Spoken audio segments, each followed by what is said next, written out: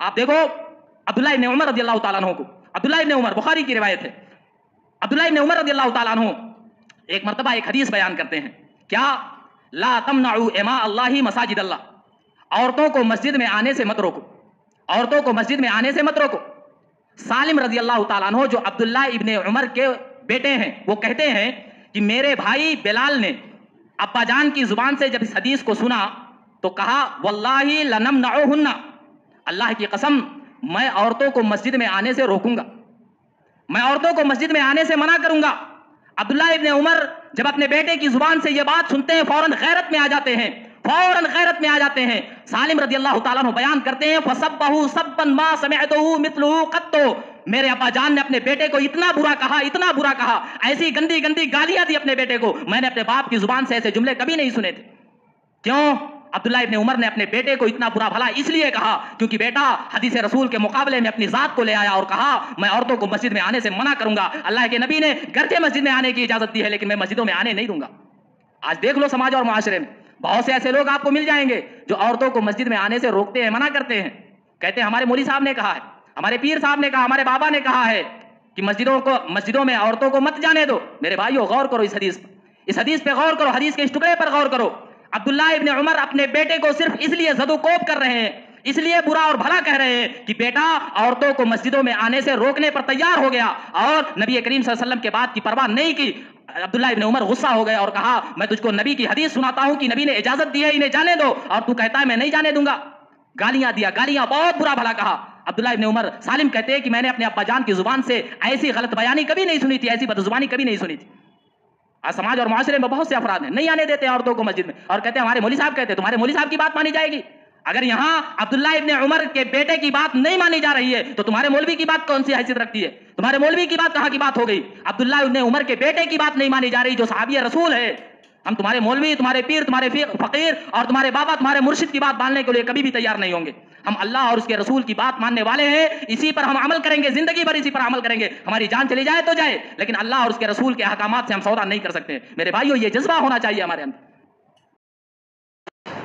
ان الحمد للہ نحمده ونستعینه ونستغفره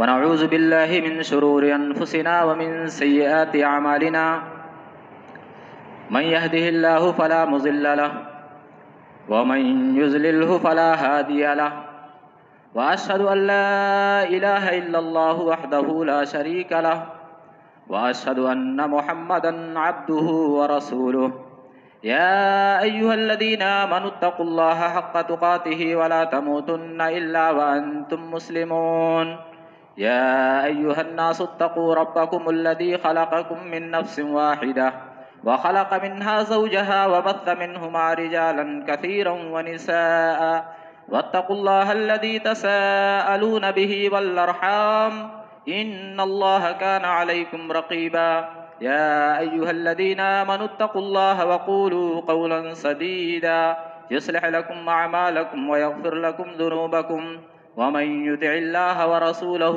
فقد فاز فوزا عظيما اما بعد فان خير الحديث كتاب الله وخير الهدى هدى محمد صلى الله عليه وسلم وشر الامور محدثاتها وكل محدثة بدعة وكل بدعة ضلالة وكل ضلالة في النار فاعوذ بالله السميع العليم من الشيطان الرجيم من همزه ونفخه ونفسه بسم الله الرحمن الرحيم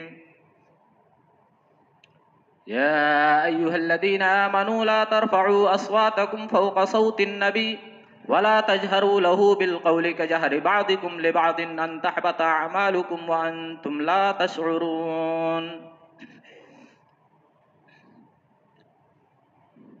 ہر قسم کی تعریف و توصیف، عظمت و بزرگی،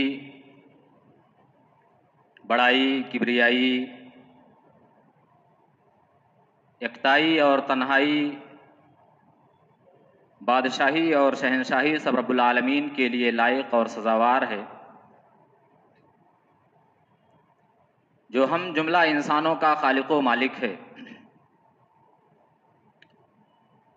درود و سلام کا نزول ہو اللہ رب العالمین کے تمام انبیاء پر، خصوصاً جناب محمد الرسول اللہ صلی اللہ تعالی علیہ وآلہ وسلم پر،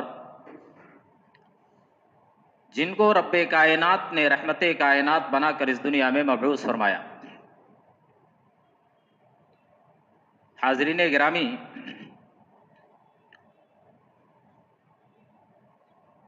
خالق کائنات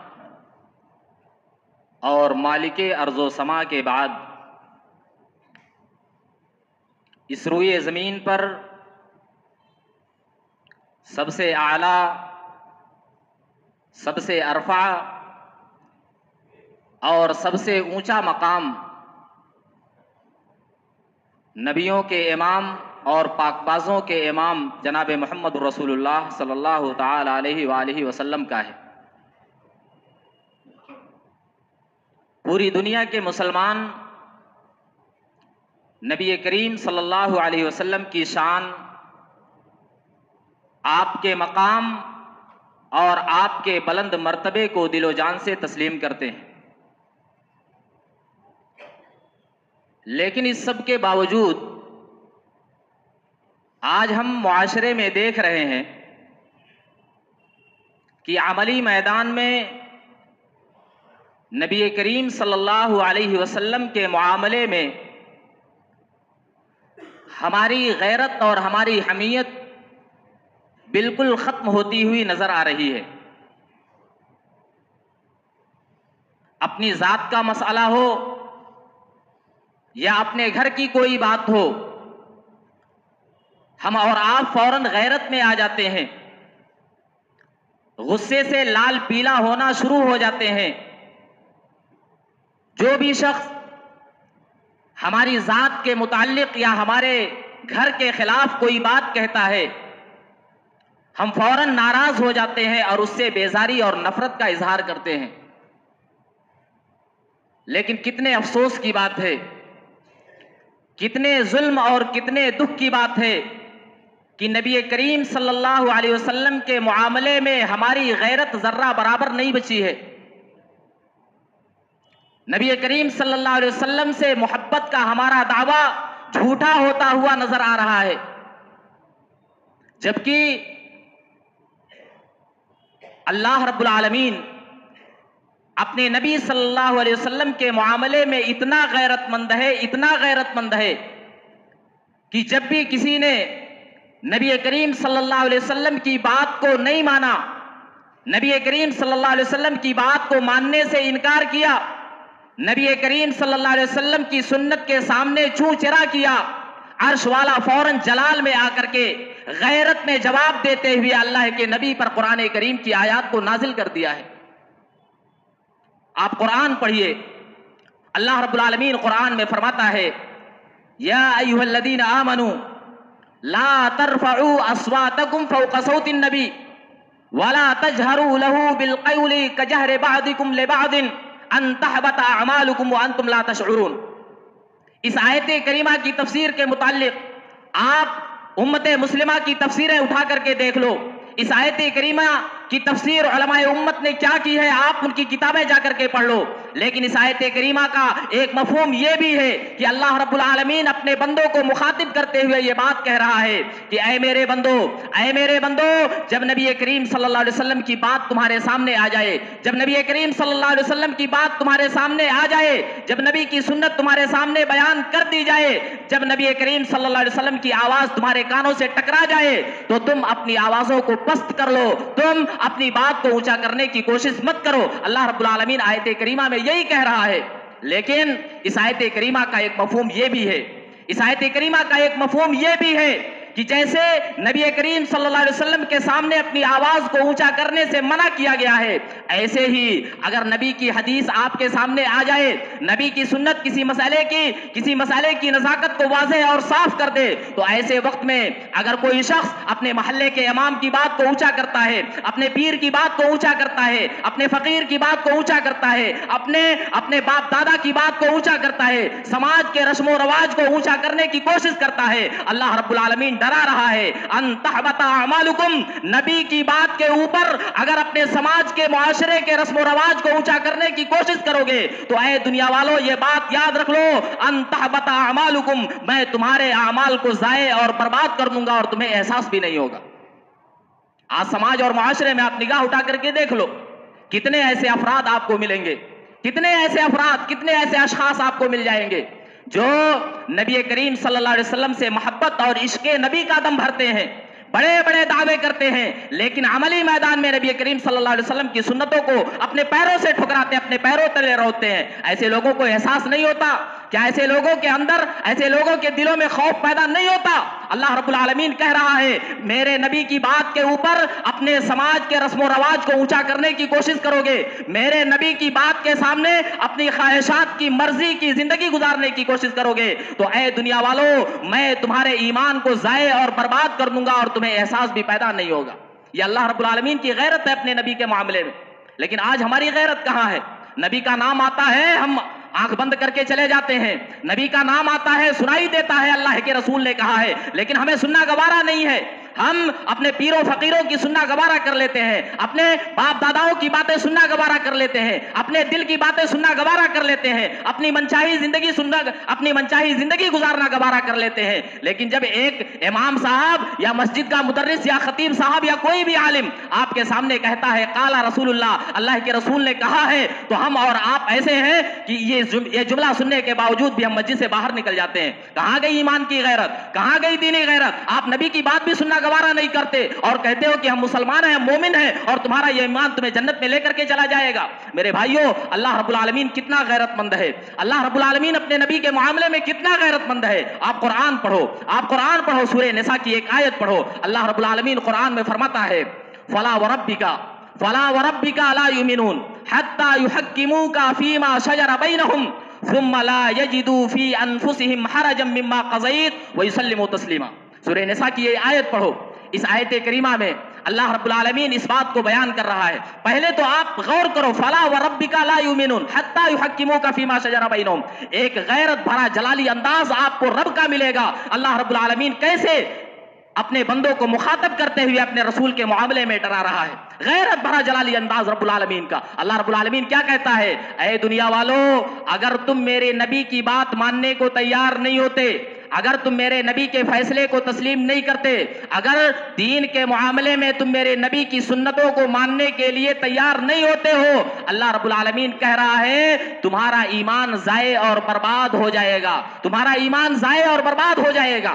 آج سماج اور معاشرے میں آپ نگاہ اٹھا کر کے دیکھو، آپ کو بہت سے ایسے افراد ملیں گے، کسی کا امام الگ ہے، کسی کا پیشوا الگ ہے، کسی کا بابا الگ ہے، کسی کا پیر الگ ہے، کسی کا فقیر الگ ہے، کسی کا مولوی الگ ہے، ہر ایک نے اپنا اپنا بنا کر کے رکھا ہے، لیکن اللہ رب العالمین کی بات کو کوئی سننے کے لیے تیار نہیں، نبی کریم صلی اللہ علیہ وسلم کی بات کو سننے کے لیے کوئی تیار نہیں ہے۔ سنو اللہ رب العالمین کیا کہہ رہا ہے، اللہ رب العالمین دنیا والوں کو یہ بتا رہا ہے کہ اے دنیا والو، اگر تم میرے نبی کی بات کو ماننے کے لیے تیار نہیں ہوتے تو میں بھی تمہارے ایمان کو ماننے کے لیے تیار نہیں ہوں۔ غور کرو آپ اس آیت کریمہ پر، اگر آپ اس آیت کریمہ کا شان نزول دیکھیں گے تو شاید مسئلے کی نزاکت آپ کو اور سمجھ میں آ جائے۔ بخاری کی روایت ہے، بخاری کی روایت، زبیر بن عوام رضی اللہ تعالیٰ عنہ جو نبی کریم صلی اللہ علیہ وسلم کے پھوپھی زاد ہیں، پھوپھی زاد بھائی زبیر رضی اللہ تعالیٰ عنہ کا اور ایک انصاری صحابی کا ندی کے پانی کے مسئلے میں جھگڑا ہو گیا کہ پہلے اپنے کھیت میں پانی کون ڈالے گا۔ جھگڑا شدید ہو گیا، جھگڑا بڑھ گیا، دونوں نبی کریم صلی اللہ علیہ وسلم کے دربار میں آئے۔ نبی کریم صلی اللہ علیہ وسلم نے فیصلہ سنایا، کیا؟ اسقِ یا زبیر ثم ارسل الماء الی جارکا، اے زبیر جاؤ پہلے اپنے کھیت میں پانی بھر لو اور اس کے بعد پانی اپنے پڑوسی کو دے دینا۔ یہ نبی کریم صلی اللہ علیہ وسلم کا فیصلہ ہے۔ اللہ کے نبی صلی اللہ علیہ وسلم نے فیصلہ کر دیا پانی کے بارے میں کہ اے زبیر پہلے اپنے کھیت کو سیراب کرو اور اس کے بعد پانی اپنے پڑوسی کو دے دینا۔ نبی کریم صلی اللہ علیہ وسلم کا یہ فیصلہ، نبی کریم صلی اللہ علیہ وسلم کی یہ بات جب اس انصاری صحابی کو معلوم ہوئی تو اس نے ماننے کے بجائے انکار کے لہجے میں کہا، ان کان ابن عماتکا، اے نبی کریم صلی اللہ علیہ وسلم آپ نے اپنے پھوپھی زادے کے حق میں یہ فیصلہ اس لیے کیا ہے کیونکہ آپ نے اپنے رشتے کی رعایت کی ہے، یہ آپ کا پھوپھی زاد ہے، یہ آپ کا رشتہ دار ہے، اس لیے آپ نے فیصلہ اس کے حق میں کر دیا ہے۔ ذرا سوچئے نبی کریم صلی اللہ علیہ وسلم نے انصاری کی زبان سے جب یہ الفاظ سنے آپ کا چہرہ متغیر ہو گیا، آپ غصے میں آ گئے، غصے سے آپ کا چہرہ سرخ ہو گیا اور عرش والا بھی جلال میں آ گیا، فوراً جبریل امین کو دنیا میں بھیجا اور کہا فلا وربک لا یؤمنون حتی یحکموک فیما شجر بینہم، اے دنیا والو یہ بات کان کھول کر کے سن لو، اگر تم میرے نبی کے فیصلے کو دین کے معاملے میں نہیں مانتے تو جاؤ، میں بھی تمہارے ایمان کو تسلیم کرنے کے لیے تیار نہیں ہوں۔ اگر تم میرے نبی کے فیصلے کو تسلیم نہیں کرتے، اگر تم میرے نبی کے فیصلے کو حرف آخر نہیں سمجھتے، اگر تم میرے نبی کے ججمنٹ کو سپریم تسلیم نہیں کرتے ہو تو جاؤ، میں بھی تمہارے ایمان کو تسلیم نہیں کر سکتا ہوں۔ کتنی بڑی بات ہے، اللہ اکبر، کتنی بڑی بات ہے۔ دین کے مسئلے میں اگر نبی کی بات کوئی ماننے کے لیے تیار نہیں تو رب العالمین اس کے ایمان کو بھی ماننے کو تیار نہیں ہے۔ اس کے باوجود بھی ہم منچاہی زندگی گزار لیں، اپنی مرضی کا کر لیں، ہمارا مولوی صاحب جو کہے ہم اسی کو صحیح مانیں، ہمارے آباء و اجداد جو کہیں ہم اسی ڈگر پر اسی راہ پر چلنے کو تیار ہو جائیں، اور اس کے بعد کہیں دنیا والوں کے سامنے ہم تو مسلمان ہیں، ہم تو مومن ہیں اور ہمارا یہ ایمان آخرت میں نجات کا ذریعہ اور سبب بن جائے گا۔ میرے بھائیو غور کرو، ندی کے پانی کا مسئلہ ہے، کوئی بڑی بات نہیں تھی، صرف ندی کے پانی کا مسئلہ ہے۔ نبی کہتے ہیں تم پہلے اپنے کھیت میں ڈال لو، بعد میں پڑوسی کو دے دو، وہ اتنی بات ماننے کو تیار نہیں ہوا، صرف پانی کا مسئلہ نہیں مانا۔ اللہ رب العالمین نے کہہ دیا جا، اگر تو میرے نبی کی بات نہیں مانتا تو میں تیرا ایمان کیسے مان لوں گا؟ اللہ رب العالمین اس کے ایمان کو ماننے کے لیے تیار نہیں۔ آج ہم اپنے اندر جھانک کر کے دیکھیں، ہمارے اندر دین کے معاملے میں کتنی کوتاہیاں موجود ہیں، کتنی کوتاہیاں۔ نبی کی سنت ہمارے سامنے آتی ہے، نبی کی حدیثیں ہمارے سامنے بیان کی جاتی ہیں، نبی کا قول اور نبی کا عمل ہمارے سامنے ذکر کیا جاتا ہے، ہم ایک کان سے سنتے ہیں دوسرے کان سے باہر ہو جاتا ہے اور کرتے وہی ہیں جو ہمارا دل کہتا ہے، اس کے باوجود کہتے ہو ہم ایمان والے ہیں۔ اللہ رب العالمین تمہارے ایمان کو ماننے کے لیے تیار ہی نہیں ہے۔ تم کس کو دکھا رہے ہو کہ میں ایمان والا ہوں؟ دنیا کی نگاہوں میں تم ایماندار بن جاؤ، دنیا کی نگاہوں میں تم مومن بن جاؤ، دنیا والوں کی نگاہوں میں تم مسلمان بن جاؤ۔ میرے بھائیو ہو سکتا ہے تمہارا یہ ایمان دنیا تک تمہیں فائدہ دے دے، لیکن رب العالمین تمہارے ایمان کو ماننے کے لیے تیار نہیں ہے اگر تم نبی کے فیصلے کو دین کے معاملے میں نہیں مانتے ہو۔ اگر آپ قرآن کریم پڑھیں تو آپ کو ایک آیت کریمہ ملے گی، رب العالمین کی غیرت آپ دیکھو، رب العالمین اپنے نبی کے معاملے میں کتنا غیرت مند ہے۔ ہمیں غیرت ہی نہیں آتی دین کے معاملے میں، ہمارے اندر جذبہ ہی نہیں پیدا ہوتا نبی کریم صلی اللہ علیہ وسلم سے محبت کا اظہار کا۔ ہم اور آپ اپنی منمائی زندگی گزارتے ہیں اور دعوے ہمارے لاکھوں ہیں کہ ہم تو نبی کریم صلی اللہ علیہ وسلم سے محبت کرنے والے ہیں۔ اللہ کی غیرت دیکھو، اللہ کی غیرت۔ اللہ رب العالمین اپنے نبی کے بارے میں کتنا غیرت مند ہے۔ قرآن میں اللہ فرماتا ہے، سورہ احزاب کی آیت ہے، وَمَا كَانَ لِمُؤْمِنٍ وَلَا مُؤْمِنَةٍ إِذَا قَضَى اللَّهُ وَرَسُولُهُ أَمْرًا أَن يَكُونَ لَهُمُ الْخِيَرَةُ مِنْ أَمْرِهِمْ وَمَن يَعْصِ اللَّهَ وَرَسُولَهُ فَقَدْ ضَلَّ ضَلَالًا مُبِينًا۔ سورہ احزاب کی یہ آیت ہے۔ اللہ رب العالمین اس آیت کریمہ میں کیا کہہ رہا ہے؟ اللہ رب العالمین اس آیت کریمہ میں یہ کہہ رہا ہے کہ اے دنیا والو، نبی کا فیصلہ اگر آ جائے تو تمہاری خواہشات اور تمہارے اختیارات ختم ہو جاتے ہیں، تمہاری مرضی وہی ختم ہو گئی۔ نبی کا فیصلہ آ گیا، اب نبی کے فیصلے پر عمل کرنا ہے، تمہاری منمانی نہیں چلے گی۔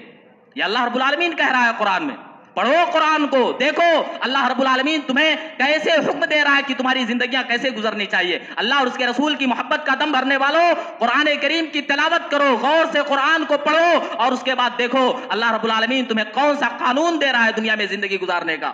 ہم اور آپ دنیا کے قوانین کو فالو کرتے ہیں کہ ہمارا راستے میں ایکسیڈنٹ نہ ہو جائے، رب العالمین کے قانون کو فالو نہیں کرو گے تو جہنم رسید کر دیے جاؤ گے، جہنم میں پھینک دیے جاؤ گے۔ دنیا کا قانون تمہیں بڑا اچھا لگتا ہے، زندگی بچ جائے گی، ہم موت سے بچ جائیں گے۔ اللہ رب العالمین کا قانون تمہیں سمجھ میں نہیں آتا کہ کل مرنے کے بعد، آنکھ بند ہونے کے بعد اللہ سیدھے جہنم میں ڈالے گا۔ میرے بھائیوں اللہ کے قانون کا لحاظ کرو، اللہ نے جو شریعت اپنے نبی کو دے کر کے دنیا میں بھیجا ہے اس کے مطابق اپنی زندگیوں کو گزارو، دین کے معاملے میں اپنے اندر غیرت اور حمیت پیدا کرو۔ کہیں ایسا نہ ہو من چاہی زندگی گزارتے ہوئے آپ اتنی دور نکل جاؤ کہ پھر واپس آنا ممکن ہی نہ ہو اور آپ کی زندگی تباہ و برباد ہو جائے۔ اللہ رب العالمین قرآن میں کیا کہتا ہے، ذرا غور کرو، وَمَا كَانَ لِمُؤْمِنٍ وَلَا مُؤْمِنَةٍ إِذَا قَضَى اللَّهُ وَرَسُولُهُ أَمْرًا أَن يَكُونَ لَهُمُ الْخِيَرَةُ مِنْ أَمْرِهِمْ وَمَن يَعْصِ اللَّهَ وَرَسُولَهُ فَقَدْ ضَلَّ ضَلَالًا مُبِينًا۔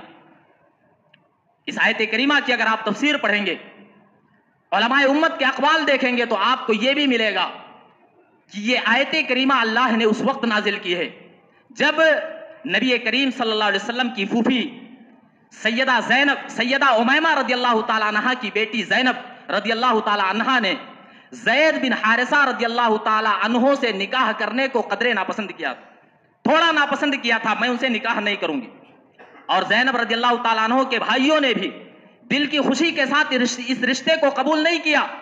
وجہ کیا تھی؟ وجہ یہ تھی کہ سیدہ زینب رضی اللہ تعالیٰ عنہ ہاشمی اور قریشی تھیں، عرب کے اعلیٰ خاندان سے تعلق رکھتی تھیں، اور زید بن حارثہ رضی اللہ تعالیٰ عنہ اصلاً تو عربی تھے، لیکن بچپن میں کسی نے پکڑ کر کے بازار میں بیچ دیا تھا، بطور غلام ان کو بیچ دیا گیا. خدیجہ رضی اللہ تعالیٰ عنہ نے ان کو خریدا اور پھر نبی کریم صلی اللہ علیہ وسلم کو ہبہ کر دیا، اور نبی کریم صلی اللہ علیہ وسلم نے زید بن حارثہ کو اپنا متبنہ بنا لیا، اور پھر زید بن حارثہ ہی سے زینب رضی اللہ تعالیٰ عنہ کی شادی کرنے کا ارادہ کیا. زینب رضی اللہ تعالیٰ عنہ چونکہ عرب کی تھی، عرب کے اعلیٰ خاندان سے تعلق رکھتی تھی، ان کا خاندان بڑا اونچا تھا، اسی لیے انہوں نے زید بن حارثہ جو غلام تھے، غلامی کا دھبا جن کے جسم پر تھا، زینب رضی اللہ تعالیٰ عنہ نے ان سے شادی کرنے کو ناپسند کیا. اللہ رب العالمین فوراً جلال میں آ گیا اور جبریل امین کو دنیا میں بھیجا اور کہا وَمَا كَانَ لِمُؤْمِنٍ وَلَا مُؤْمِنَةٍ إِذَا قَضَى اللَّهُ وَرَسُولُهُ أَمْرًا أَن يَكُونَ لَهُمُ الْخِيَرَةُ مِنْ أَمْرِهِمْ. اے دنیا والو، اے نبی پر ایمان لانے والو، سن لو، اگر نبی کا فیصلہ تمہارے کسی بھی مسئلے میں نبی کا حکم آ جائے، نبی کا آرڈر آ جائے، نبی کا فیصلہ آ جائے، ان یکون لہم الخیرۃ من امرہم، تمہارا اختیار ختم ہو گیا، تمہاری خواہش وہیں پہ ختم ہو گئی، تمہاری سوچ وہیں پہ مٹا دی گئی ہے، اب اسی فیصلے پر عمل کیا جائے گا جو نبی کریم صلی اللہ علیہ وسلم نے کیا ہے، اب اسی بات کو سپریم مانا جائے گا، اب اسی فیصلے کو حرف آخر تسلیم کیا جائے گا جو فیصلہ نبی کریم صلی اللہ علیہ وسلم نے کر دیا ہے. اس کے علاوہ تمہارا اختیار نہیں، تمہاری منمانی نہیں، تمہاری خواہش اب نہیں چلے گی، کیونکہ نبی نے دین کے اس مسئلے میں فیصلہ سنا دیا ہے. یہ ہے، اندازہ کرو آپ اللہ رب العالمین کیا کہہ رہا ہے ہم سے. اس آیت کریمہ پہ غور کرو تو تمہیں یہ معلوم ہوگا کہ اس دنیا کی زندگی میں اگر کوئی انسان نبی کریم صلی اللہ علیہ وسلم کی حدیث آ جانے کے بعد، نبی کریم صلی اللہ علیہ وسلم کی سنت کے آ جانے کے بعد کسی اور کی بات کو ماننے کی کوشش کرتا ہے، یا نبی کریم صلی اللہ علیہ وسلم کا فیصلہ آ جانے کے بعد اپنے اختیارات کو باقی رکھتا ہے، اپنی خواہش کو حرف آخر سمجھتا ہے، اللہ رب العالمین کہتا ہے گمراہ ہو جاؤ گے، گمراہ، فقد ضل ضلالا مبینا. میرے نبی کی بات نہیں مانو گے، اپنے خواہش پر عمل کرنے والے بنو گے، یا سماج اور معاشرے کے رسم و رواج کو اونچا کرنے کی کوشش کرو گے، سماج کے رسم و رواج کے نیچے دب کر کے زندگی گزارنے کی کوشش کرو گے. رب العالمین کہتا ہے گمراہ ہو جاؤ گے، گمراہ، اور تمہارا ایمان بھی خطرے میں پڑ جائے گا، پھر تمہاری زندگی مشکل میں پڑ جائے گی. یہ اللہ رب العالمین کہہ رہا ہے. لیکن ہم اور آپ ہیں کہ ہم ادھر غور ہی نہیں کرتے. ہم کو دنیا اتنی اچھی لگتی ہے، دنیا کی نعمتیں ہم کو اتنی اچھی لگتی ہیں، دنیا ہم کو اتنی دلکش، دلربا اور دل فریب معلوم ہوتی ہے کہ ہم دنیا حاصل کرنے کے لیے ہوڑ میں لگے ہوئے ہیں، دوڑ رہے ہیں، کوششیں کر رہے ہیں، بڑے سے بڑا بننے کے لیے ہم اپنی ساری محنتیں صرف کر رہے ہیں. لیکن اللہ اور اس کے رسول کا فرمان ہمارے پیچھے پڑا ہوا ہے، ہم اس کی فکر نہیں کرتے کہ چلو اللہ اور اس کے رسول کے فرمودات کے مطابق ہم اپنی زندگیوں کو ڈھال لیں، اللہ اور اس کے رسول کے بتائے ہوئے احکامات کے مطابق ہم اپنی زندگیاں گزار لیں. دنیا بگڑتی ہے تو بگڑ جانے دو، کم سے کم آخرت تو ہماری کامیاب ہو جائے گی. لیکن یہ تصور ہمارے ذہنوں میں نہیں آتا، یہ تصور ہمارے ذہنوں میں نہیں آتا. دنیا کمائیں گے چاہے چوری کرنا پڑے، دنیا حاصل کریں گے چاہے ڈاکہ ڈالنا پڑے، دنیا میں بڑے بنیں گے چاہے سود کھانا پڑے، دنیا میں اپنی پوزیشن کو اونچا کریں گے چاہے رشوت ہی کیوں نہ لینا پڑے، ہم سب کچھ کرنے کو تیار ہیں. لیکن رب کا فیصلہ اور اللہ کے رسول کی بات ماننے کو تیار ہی نہیں ہے. اللہ کہتا ہے میرے نبی کی بات آنے کے بعد اپنی منمانی کی زندگی گزارو گے یا کسی اور مولوی پیر فقیر کی بات کو ماننے کی کوشش کرو گے، اے دنیا والوں میں تمہارے ایمان کو نہیں مانوں گا، تم گمراہ ہو جاؤ گے، تم تباہ و برباد ہو جاؤ گے. یہ پہلو ہم کو سمجھ میں کیوں نہیں آتا ہے؟ یہ پہلو ہم کو سمجھ میں کیوں نہیں آتا؟ ہم غور کیوں نہیں کرتے؟ میرے بھائیوں، نبی کریم صلی اللہ علیہ وسلم کی ذات گرامی آپ دیکھو، آپ نے اللہ رب العالمین کی غیرت کو دیکھ لیا. نبی کریم صلی اللہ علیہ وسلم کی غیرت میں آپ کو بتاتا ہوں، آپ دیکھو اور اپنے گریبان میں جھانک کر کے دیکھو اس حدیث کے مطابق آپ کا کتنا عمل ہے. بخاری کی روایت ہے، سلمہ رضی اللہ تعالیٰ عنہ کہتے ہیں کہ میرے ابا جان عقبہ رضی اللہ تعالیٰ عنہ نے ایک مرتبہ میرے سامنے ایک حدیث کو بیان کیا، ایک قصہ بیان کیا۔ وہ قصہ کیا تھا؟ وہ قصہ یہ تھا کہ نبی کریم صلی اللہ علیہ وسلم کی موجودگی میں ایک آدمی اپنے بائیں ہاتھ سے کھانا کھا رہا تھا، بائیں ہاتھ سے کھانا کھا رہا تھا۔ نبی کریم صلی اللہ علیہ وسلم نے منع کیا اور کہا داہنے سے کھاؤ، کل بیمینک، داہنے سے کھاؤ۔ اس نے نبی کی بات کی پرواہ نہیں کی، نبی کی بات پر غور نہیں کیا، بلکہ تکبرانہ لہجے میں یہ جملہ کہہ دیا، لا استطیع، میں داہنے سے نہیں کھا سکتا ہوں۔ نبی کریم صلی اللہ علیہ وسلم فوراً غیرت میں آ گئے اور جواب دیا، مستطاعتا، تو زندگی بھر کبھی اپنے داہنے ہاتھ کو اپنے منہ تک نہیں اٹھا سکتا ہے۔ یہ نبی کریم صلی اللہ علیہ وسلم کی غیرت دیکھو۔ ایک صحابی نبی کریم صلی اللہ علیہ وسلم کے سامنے جرأت بھرے الفاظ میں کہہ رہا ہے، کیا آپ گرچہ کہتے ہو داہنے سے کھاؤ، میں نہیں کھا سکتا ہوں۔ نبی کریم فوراً کہتے زندگی بھر تو اپنے داہنے ہاتھ کو اپنے منہ تک نہیں اٹھا سکتا۔ صحابہ بیان کرتے ہیں وہ مر گیا، لیکن اللہ رب العالمین کا ایسا عذاب اس کے اوپر نازل ہوا کہ پوری زندگی اپنے داہنے ہاتھ کو اپنے منہ تک نہیں اٹھا سکتا۔ آپ غور کرو اس حدیث پر، اس واقعے پر غور کرو، اور اپنی بود و باش پر غور کرو۔ اپنے گھروں میں کھاتے پیتے ہو، سماج اور معاشرے میں نکل کر کے دیکھو، شادیوں میں کھاتے پیتے ہو، کتنے ایسے لوگ ملیں گے، دیندار لوگ، مذہبی لوگ، حاجی لوگ، نمازی لوگ، زکاتی لوگ، میں کیا کہوں، میں نے اپنی آنکھوں سے دیکھا بائیں ہاتھ سے پانی پیتے ہوئے۔ کیسے کر رہے ہو؟ نبی کی حدیث تمہیں سمجھ میں نہیں آتی؟ کہیں ایسا نہ ہو نبی کریم صلی اللہ علیہ وسلم کی یہ بددعا تمہارے اوپر بھی پھٹ آ جائے اور تمہارے ہاتھوں کی بھی اللہ رب العالمین شل کر دے، پھر داہنا ہاتھ تمہارا مفلوج ہو جائے اور کبھی تم خیر کا کام اپنے داہنے ہاتھ سے نہیں کر سکو۔